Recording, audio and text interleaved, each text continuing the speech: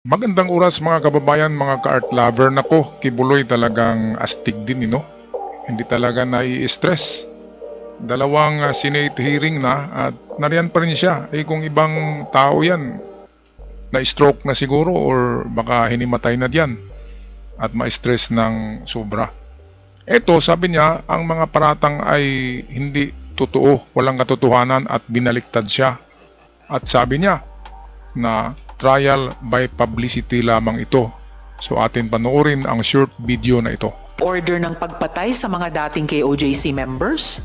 Opo, kasi yung kay Simon po kasi, sabi niya na kasi may galit daw kasi si Pastor. When asked to respond, Quiboloy denied the allegations and challenged his accusers to take him to court. Yung nagsalita kanina, itong si Edward Ablasa, Masayon, ang apelyido ay isang membro daw ito ng tinatawag na Death Angel. Kaya alam niya ang ginagawa ng mga Angel of Death na yan na grupo ni Kibuloy. Kaya lalong nadagdagan ang mga witness ngayon. Nandyan pa si Yulba, yung isang Ukrainian.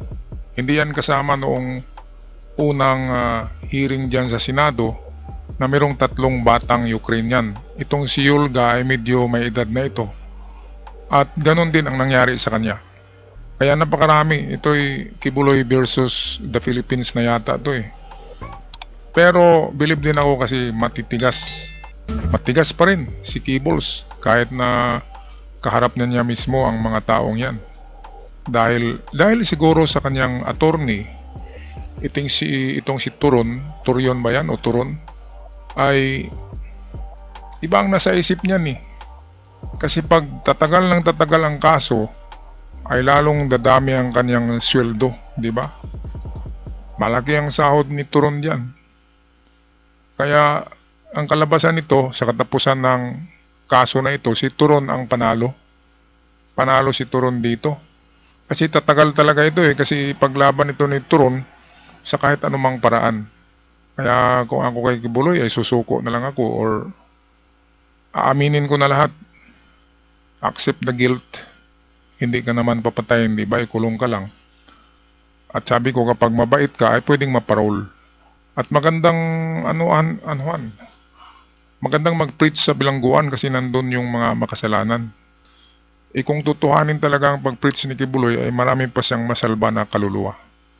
Kaya yan siguro ang gusto ng Diyos na mapunta siya sa kulungan para doon siya magbagong buhay at doon na rin siya mag-preach ng totoong mensahe galing sa Biblia. Patuloy tayo sa video. Denied the allegations and challenged his accusers to take him to court. I-sexually abuse Wala sila? pong katotohanan yung kanilang mga sinabi. Kung meron po silang mga charges na kriminal laban sa akin, malaya po silang mag-file ng kaso. Natanggi ko po, wala pong mga katotohanan yung kanilang mga sinasabi, kundi sa aking paningin ay kabaligtaran. Nako. Ulitin nga natin tong kabaliktaran. Ano bang kabaliktaran yan? Aking paningin ay kabaligtaran. Ayun. Sa tingin nyo, ano bang kabaliktaran? Diba? Ang akusasyon dyan ay minumulistya niya ang mga batang pastoral. Ngayon, anong kabaliktaran yan? Siya yung minumulistya ng mga pastorals? Napaka-imposible naman yan. Na babae, bata pa yung magmulistya sa isang matanda. Kaya dyan pa lang sa pahayag niya ay sinungaling na kaagad. Paano siya mulistyahin ng mga 12 years old na mga virgin? Hindi nga alam nun kung anong gagawin . Kaya sa ganun pa lang sa pagtingin ng husgado ay siya yung nagsisinungaling. Itong si Pacquiao. Ito, Kabaligtaran. Quiboloy kabaliktaran also daw. argued the hearing was unfair, calling it a trial by publicity. Trial by publicity. Wala kaming resource person. Ito naman, trial by publicity daw. Wala silang resource person. Nasana yung sa Senado na mga alipuris. Yung Robin Uod na may bigote na hindi nag-ahit. Tsaka yung isang ahit ng ulo niya. Kaya kumikintab. Diba? Dalawa na yun. Nandiyan pa si Cynthia Villar. Pangatlo. So mayroong 3 dyan. Ngayon, kung sila ipapanig pa rin sa'yo dyan, ay siguradong hindi na sila ibubuto sa next election ng mga tao. Kaya dapat bumaligtad na yung mga senador na yan kasi wala na yung gatasan nila. Ito kasing ginagatasan nila si Kibuloy ng mga politiko diyan. Kaya yung sumusuporta sa kanya ay meron talagang natatanggap yan buwan-buwan. Kaya ganoon na lamang ang pagprotekta nila diyan. Ngayon dahil wala nang maibibigay yan kasi frozen ang mga assets, ang mga bangko, ay baka babaliktad na rin o mag-neutral na yung si Robin Hood tsaka yung si Bato tsaka yung Cynthia Villar. Okay, kaya ito sabi trial by publicity daw. Nakangiti pa yung mga, tingnan nga natin. Nakuha pang ngumiti ng mga ito ang lagi-lagi ng problema. May publicity. Wala kaming resource person. Walang galing sa amin. Galing lahat doon sa kabila. Meantime, the PNP believes there are more victims that need to be rescued from the KOGC.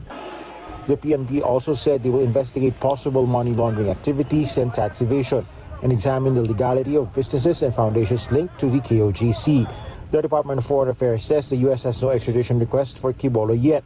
The televangelist was indicted in the U.S. for conspiracy to engage in sex trafficking. Ito ang matindi kasi ang PNP mismo ay magpa-file ng kaso kay Kibuloy at imbestigahan pa nila yung loob ng KOJC. Marami pa silang hahanapin doon ng mga legal papers. Lalo na yung Children Joy Foundation na ang nandoon ay mga batang babae. Walang batang lalaki. Paanong nangyari na Children Joy Foundation na walang batang lalaki? Diba? Kung puro batang babae yan, iba ang ano niyan. Iba ang purpose ng foundation na yan. Okay, so ito. Ito ang pahayag ni ng isang senador diyan na nag-chairperson ngayon tungkol sa extradition ni Kibuloy. Kibolo yet. The televangelist was indicted in the U.S. for conspiracy to engage in sex trafficking by force, fraud, and coercion, as well as cash smuggling. Senate Majority Leader Francis Tolentino, however, says extraditing Kiboloy won't be that easy. The extradition shall not be granted under Article 4 when the person sought has been tried, convicted, or acquitted. Tama po ba yan? Ito ang parang hindi ako payag dito na kapag ang tao na may charge diyan na acquit or nakulong ay hindi na pwedeng i-extradite. Ang kasalanan ni Kibuloy ay iba sa Pilipinas, iba doon sa Amerika. 'Di ba? Paano kung ma-acquit 'yan? Dapat pag ma-acquit 'yan, ipasa 'yan doon sa Amerika. Para yung kaso niya naman doon ang kanyang harapin. Ito ang parang hindi tama sa batas natin tungkol sa extradition. Paano kung sabihin natin sa ibang tao, hindi si Kibuloy, sabihin natin merong kriminal na Pilipino na pumatay ng 10 sa Amerika, 10 Amerikano. And then dito sa Pilipinas ay may kaso siyang pagnanakaw lamang ng manok. Ngayon, ikinulong siya. Meron ng verdict. So, hindi na ba yun pwedeng sagutin niya yung 10 na pinatay niya doon sa Amerika? Example lang to Baka magagalit naman ng Baka akala nila si Kibuloy ang ini-example ko dito. So, hindi fair ang batas na yan na kung meron ka ng kaso dito, nakulong ka na, ay hindi ka na pwedeng tawagin sa Amerika. Kasi magkaiba ang kaso common sense lang yan Saan ba kinuha ang batas na yan? Kung ganyan, kung ma-acquit si Kibuloy dito, ibig sabihin, acquitted din siya sa Amerika. Siguro hindi ganyan ang batas na yan. Dapat dig deeper. Punta pa tayo sa mas malalim pa dyan na meaning ng batas na yan. So pag may pending case na rito at mabilis yung proseso, conviction or acquittal, hindi na siya pwedeng i-extradite. Tolentino maintained the Senate probe is not Ayun, balikan nga natin yun. Parang hindi talaga tama ang sinabi. Convicted or acquitted. Tama po ba yan? So pag may pending case na rito at mabilis yung proseso, conviction or acquittal, hindi na siya pwedeng i-extradite. Tolentino maintained Siguro ang maganda sa batas na yan ay hindi ka na i-extradite kung makulong ka na dito. Pero yung acquitted ka dito, hindi pwedeng quits mo na yung kaso sa Amerika kasi acquitted ka na nga dito. Ibig sabihin, harapin mo yung ibang kaso mo. Yun sana ang ang tama diyan. parang may mali yata sa batas na yan. Hindi ako attorney pero kahit sinong tao parang merong mali, di ba? Okay, so tapusin na natin ang bidyong ito. The Senate probe is not meant to determine guilt or innocence. The panel terminated its investigation with its fourth hearing on Quiboloy.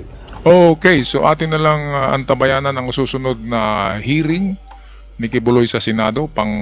Pangatlong araw ng hearing niya, bukas yata. Kaya yun ang abangan natin sa ating mga uploads. At kung hindi pa kayo nakapag-subscribe, ay subscribe nyo na ang ating channel para palagi kayong updated. Hanggang sa muli, mga ka-art lover, mga kababayan, ako'y magpaalam na. God bless us all.